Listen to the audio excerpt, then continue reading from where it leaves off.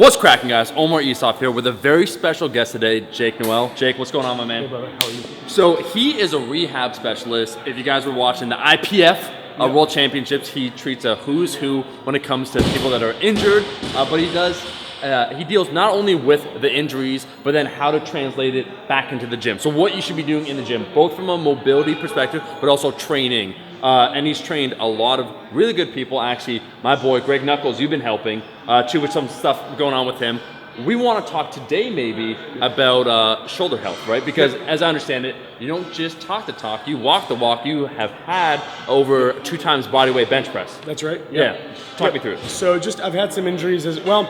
I've had more than some. I've had a fair amount of injuries and wanted to continue to power lift. So as a rehab professional, you find yourself kind of in a position of, I would say I'm a rehab professional by profession, but I have the heart of a strength athlete. So I didn't find a lot of people like me available who could take what I did in the rehab room and make it make sense inside the gym. And so I've spent a fair amount of time developing an approach to do just that, and fixed up all kinds of meatheads, hopefully Omar being one of them here today. Yeah, and so your results speak for themselves, and we thought it'd be something cool. You proposed the idea. We're going to take a specific area, so let's talk about shoulders. If you know nothing about this person, but they kind of have maybe some sort of shoulder issues, what should they do to make it better? Yeah, right? So that's right. So if someone said to me, my shoulders are hurt when I bench press, and I knew nothing else about it, almost everybody would have at least a few of the same things in every single program that they get. So as a starting point, let's start with this as a basic go here, and then if there's still issue, then you need to go ahead and work with a professional or get a more developed approach. But at least as a starting point, we deal with thoracic immobility, we deal with external rotation issues, internal external rotation issues, so shoulders that don't move properly, and then weaknesses or imbalances or poor activation in the scapulothoracic, which I'll point out here is this region of the body. So this is really the stabilizing joint of the bench press, this. And so imbalances or poor activation in this region make it effectively impossible to bench press without pain. Yeah, so we're gonna do that. Let's get started.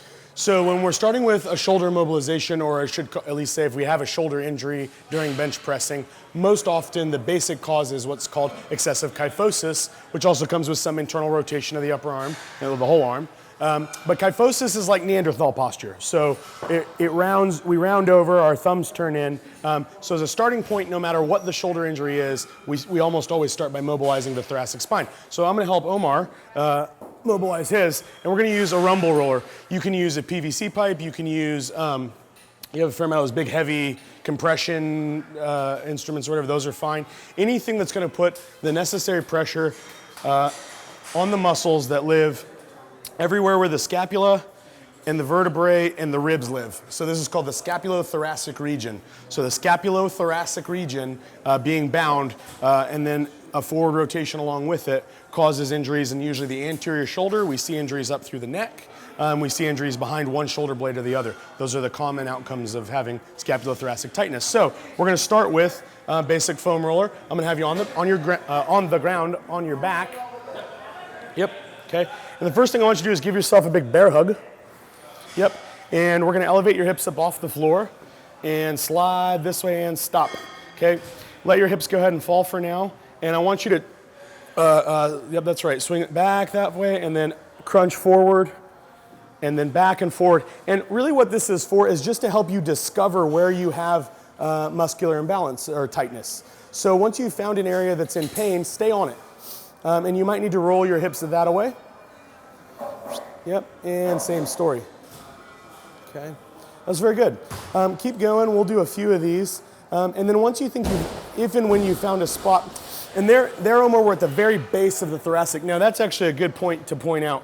Often people will find pain areas down here. Good to continue to mobilize that area, but it is not the thoracic. And if your body arches from that area during the bench press, you have a whole slew of new problems. So we want to make the mobilization occur where the ribs and the vertebrae and the scapula live, not below it by very much. Yep. And come on back and just stay here for a second. Bring your hands, just go ahead and let your body fall back. Zoop, boop, and stretch that out that way and that way. Very good, yeah. Okay, and sometimes we'll feel some stretching through the lat when we do that, even through the pec when we do that. You've just had yours beat to death, so probably not, but okay. And roll down this way and stop, okay? An important factor when you're doing any kind of mobilization is to not get ADD with it. Flopping a boot real quick does not help the situation along. We need to find an area that has tenderness, and we need to stay on that area for a period of time that's appropriate to get it to release. So if you go to an area and you find tenderness, stay on it until the tenderness releases. So many lifters, in the name of getting it done, don't take their time, and it really just excites the problem rather than fix it. So another option for mobilizing the scapulothoracic area is with the peanut. And I've put a video on how to make one of these on my page, or on my channel, I mean. But I don't mind that this is made with lacrosse balls, as is my video. But for most people, especially those with a little more muscle mass or a little larger, we like to use 2 soft balls. We're gonna use 2 lacrosse balls today because that's what's available. And so lay on your back again. And here we're gonna take this guy, and we're gonna start right at the base. Right at the base, okay? And I want your hands above your head, and I want your head relaxed. So actually you'll do just like this. There we are, okay? And we're looking for areas where there's tight spots, and you'll find 1 or 2. Just like I had said with the rumble roller, caution about, and you can go ahead and just chill on these actually. The up and down bit being there to show you where you have tightness. Once you've found it, just stay on it. Yep, so do as much of that mobilization as you'd like, but I wouldn't call that the mandatory. The mandatory is to release the soft tissue by allowing it the time it needs to get the knots out. Yep. Yep. And then once you think you've gotten an area to go, so usually you'll get on an area, you'll feel the pain. Pain's up there at a 7 or an 8. You stay on it until it's down to a 2 or a 3, and then you roll often just a little bit, and we're back into an area that needs some more tenderness, okay? Tends to be that this could be performed for 20 minutes, especially the first time you ever do it. But mostly this as a warm-up should only take you about 5 minutes usually, but it should take you about 5 minutes. It's not done in 1 or 2 minutes almost ever. So we need to get after it, stay there for about 5 minutes, make sure we get the areas out. If it's your first time or one of your first times trying this type of mobilization, go ahead and spend some time on it, learn where you have tight spots. Could take you as long as 20 minutes, it's worth doing. So after we've gotten some thoracic mobility, we've mobilized the thoracic spine either with a peanut, foam roller, something to get the back from rounding over. We then have the problem that the front shoulder is often internally rotated. So we need to stretch it back and create an external rotation, or at least the capacity for external rotation. So I'm gonna teach Omar how to do the broomstick stretch, okay? So what we're gonna do is, we'll take the broomstick here, and we're gonna wrap our hand around it. I usually just put 2 fingers here. If you can get your whole hand back there, good on you, but you just need to hook onto it. And then the broomstick sits on the crook of the elbow. Okay, from there, we put it up on a platform and make sure our body's facing forward. A lot of times I'll see this where we're turned out. We wanna be facing straight ahead, and then bring that arm back behind us. You'll feel the stretch through here, sometimes behind the shoulder blade, all good, okay? And let's see it. Omar's got the mobility of a picnic table, so we ought to be able to see it in action here. Yeah, there we go, good. Right, just about there, very good. And then we're gonna try to bring that back. And I'm gonna teach you a little on the fly here. Bring this hand with you. Boop, pull that down.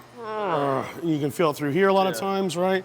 Now, one thing that we are seeing is that we can see that thoracic immobility still living there a little bit. So I'm gonna give him a little adjustment, which is just to keep his ribs up and down, and then bring that arm open and back.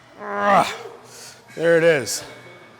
And so now we're cooking. This is a great tool for stretching all the rotator cuffs, the pecs, everything at the glenohumeral joint. It allows the collarbone to move normally.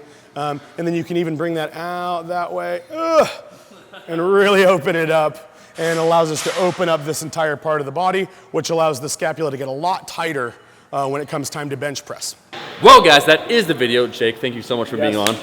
Thanks for having me. I can say that this guy is the real deal. So we're gonna be making a whole bunch of content. Post below what you wanna see. Actually, for Jake, if you are having issues, you can contact him online. Yep. Where at? Through the RTS website, rts.com, ask for me as your coach, and then that'll divert you to the vlog site, which is gainsnotpains.com, where you can find exercise selection, content, articles, etc. Yeah, that link will be in the description. Check it out if you are having issues. I highly recommend it. If you like this video, make sure to like this video, and I'll be seeing all you guys, my rascals, in that next video. Peace.